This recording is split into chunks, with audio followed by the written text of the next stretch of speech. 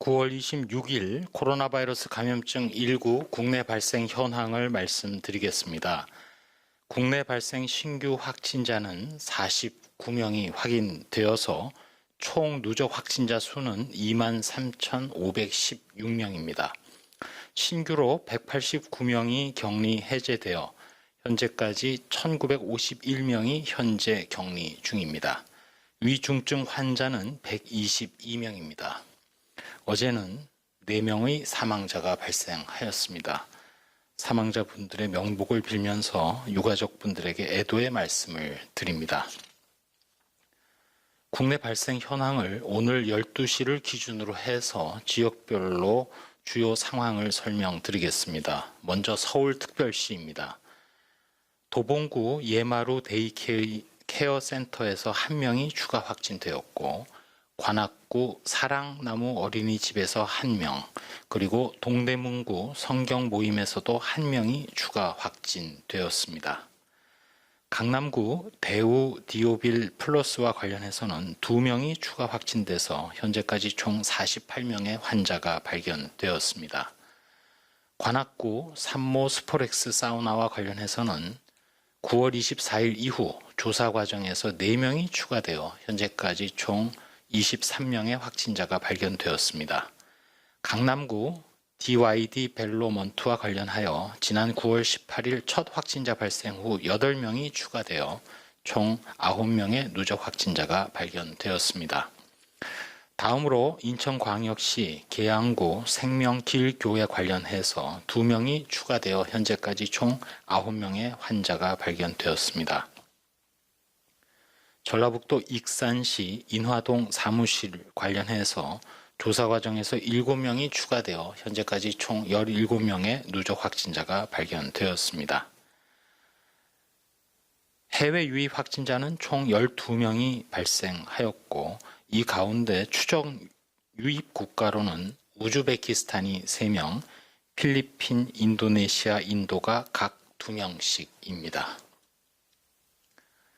다음으로 행정안전부에서 운영 중인 안전신문고와 관련하여 주요 신고 사례를 소개해 드리면, 먼저 추석 준비를 위해서 전통시장에 많은 분들이 붐비면서 이 중에 마스크를 착용하지 않은 상인과 손님이 많았다는 신고가 있었습니다.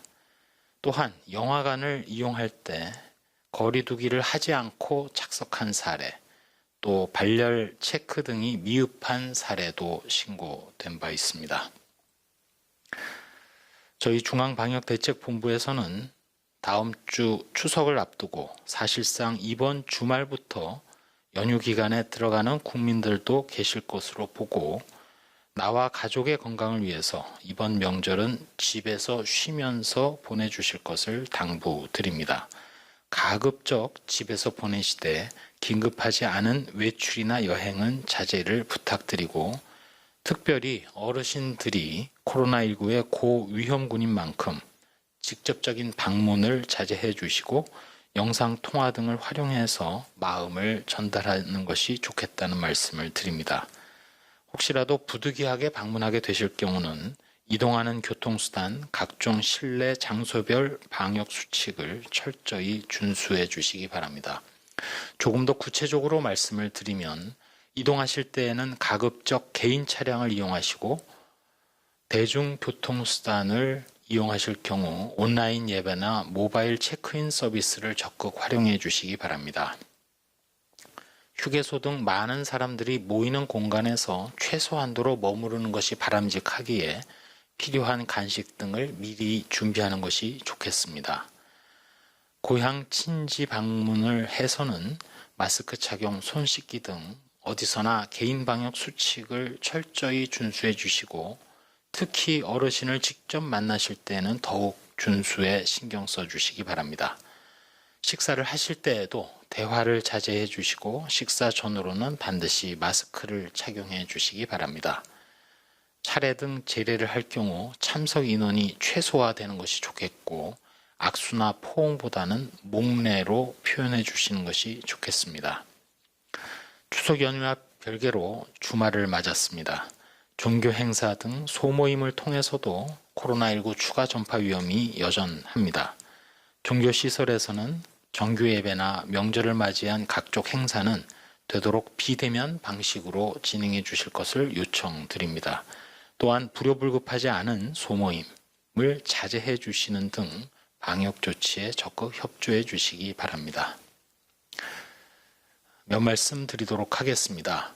최근 코로나19 발생이 전반적으로 감소 추세를 이어왔고, 특별히 오늘은 45일 만에 국내 발생이 50명 이하의 수치를 기록을 했습니다. 물론 지역 이동 그리고 사람 간의 만남이 많아지는 추석 연휴에, 그리고 지금도 계속되는 산발적인 감염, 이로 인해서 사실상 전국적 유행이 다시 증폭될 수 있는 위험 요소는 여전한 상황입니다. 하루하루의 통계로 안심할 수 있는 상황은 아니긴 합니다. 이는 외국도 마찬가지입니다. 특별히 북미 지역의 경우 추수감사절이나 성탄절 연휴 기간을 벌써부터 크게 우려하고 있는 상황이기도 합니다. 그렇지만 우리나라의 경우 누차 말씀드립니다만 2차 대유행의 문턱에서 거리두기 노력으로 재폭발을 저지했듯이 다가오는 동절기 그리고 실내 밀집도가 높아지는 시기에도 국민 여러분들의 참여와 연대, 협력, 그리고 자영업자와 소상공인, 또 고위험시설을 운영하는 분들의 이해와 생활방역의 수칙 준수로 계속해서 코로나19를 억제하고 감소시킬 수 있을 것이라고 저희 방역당국은 믿고 있습니다. 오늘 특별히 세 분야에 많은 노력이 있다는 점을 소개를 해드리고자 합니다. 먼저 일선 지자체 및 역학조사관들의 노력입니다. 여전히 높은 비율이긴 합니다만 감염 경로 중에 조사 중인 사례, 특별히 수도권에서 많습니다만 신속하게 규명하고 또 조사 중인 사례를 원인을 파악하는 데 최선을 다하고 있음을 말씀드리면서 일선 지자체와 역학조사관들의 노력에 감사드립니다. 또한 공공기관의 노력도 있습니다. 거리두기가 여의치 않은 소규모 영세 음식점, 카페 등을 위해서 가림막이나 차단막 효과를 알아보기 위해서 실험실에서 비말 실험 장치를 설치하고 실제 실험을 진행하고 있는 에너지 기술 평가원을 중심으로 한 공공기관 여러분들의 노력에도 깊이 감사드립니다. 또한 어제 개최된 코로나19 치료제 백신 지원위원회에서 연내에 국산 치료제를 개발하고 내년 중에는 백신 허가를 받겠다는 목표로 전력을 다하고 계신 기업 여러분들의 연구 개발에도 진전이 있기를 바라고 있고, 또 필요한 지원을 다하는 데 최선을 다하겠습니다. 추석 명절에 자녀분들을 볼 수 없어서 섭섭하고 외로우신 어르신들, 그리고 고향을 찾지 못해서 서운해하는 자녀분들, 손주분들이 많으실 겁니다. 현재 한 세기에 한 번 올까 말까한 전 세계적인 감염병 재난인 코로나19 유행을 맞아서 유례없는 거리두기 조치가 시행되고 있습니다. 안타깝지만 올해 추석은 비대면으로 또 원거리에서 유선으로 건강과 안부를 챙겨주시길 다시 한번 요청드립니다. 다가오는 밀집도가 올라가는 겨울도 우리 모두가 안전하게 지낼 수 있도록 조금 전 소개드린 대로 다방면에서 많은 분들이 인내하고 노력하고 있다는 말씀을 드리면서 이번 주말에도 적극적인 거리두기의 실천을 부탁드립니다.